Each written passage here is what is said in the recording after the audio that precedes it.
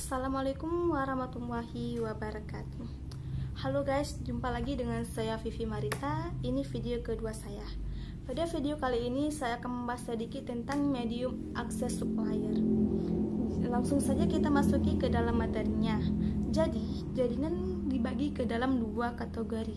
Yang pertama, hubungan point to point, dan yang kedua, hubungan broadcast. Broadcast channel sering disebut sebagai multi-access dan random access channel. Lokal dan metropolitan area network ada 3. Yang pertama ada MAN. MAN itu sangat penting bagi LAN, dan yang kedua ada LAN. LAN basis komunikasi LAN umumnya multi-access channel, dan yang ketiga ada MAN. Ada WAN. WAN itu point to point.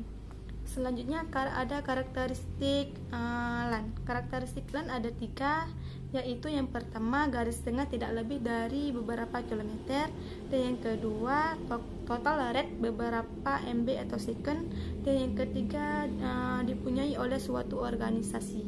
Selanjutnya karakteristik WAN. WAN itu terbentang di seluruh daerah atau negara. Data rate-nya kurang dari 1 MB atau second, dipunyai oleh beberapa organisasi, dan umumnya pakai existing public telephone network.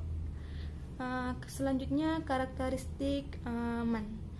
Antara WAN dan MAN atau metropolitan network, karakteristiknya itu meliputi seluruh daerah atau kota, menggunakan teknologi LAN, dan menggunakan kabel TV atau CATV sebagai medium. LAN itu menarik karena LAN itu menghubungkan beberapa komputer lokal, dapat dikembangkan secara inkremental, error rate 1000 kali lebih rendah daripada WAN, protokol lebih sederhana dan efisien, dan yang terpenting berbagi pakai. Selanjutnya alokasi kanal statis pada LAN dan MAN.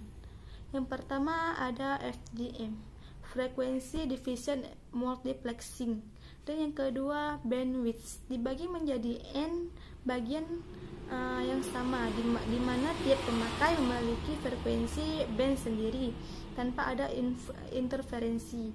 Dan yang ketiga ada FDM. FDM sederhana dan efisien untuk pemakai yang terbatas, tetapi masing-masing mempunyai trafik tertinggi.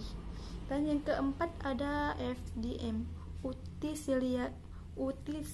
utilisasi kanal rendah, terutama untuk jumlah pemakai yang besar dan trafiknya.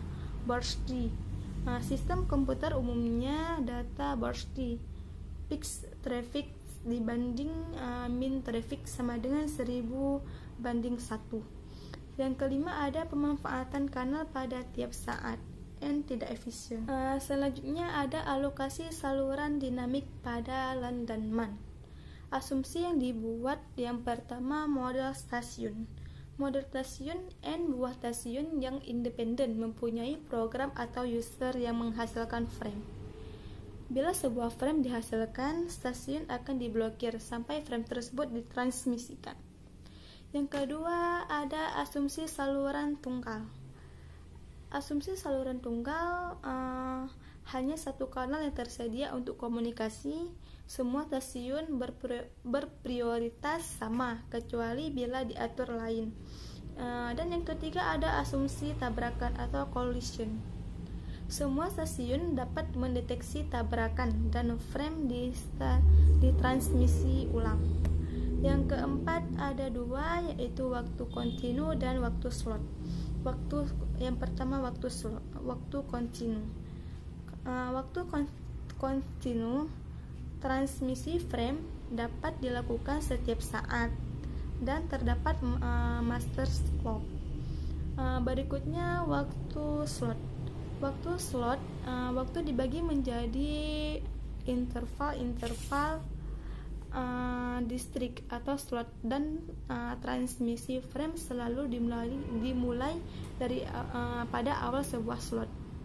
Yang kelima ada carrier sensi dan no carrier sensi. Carrier sensi, stasiun dapat mengetahui suatu saluran sedang dipakai sebelum mencoba menggunakannya. Dan selanjutnya no carrier sensi, 0 karir sensi, stasiun tidak mendeteksi keadaan saluran, dan setelah beberapa saat baru diketahui transmisi berhasil atau gagal. Baiklah, teman-teman, cukup sampai di sini penjelasan saya tentang medium access supplier. Lebih dan kurang mohon maaf. Wabillahi taufiq wal hidayah. Assalamualaikum warahmatullahi wabarakatuh.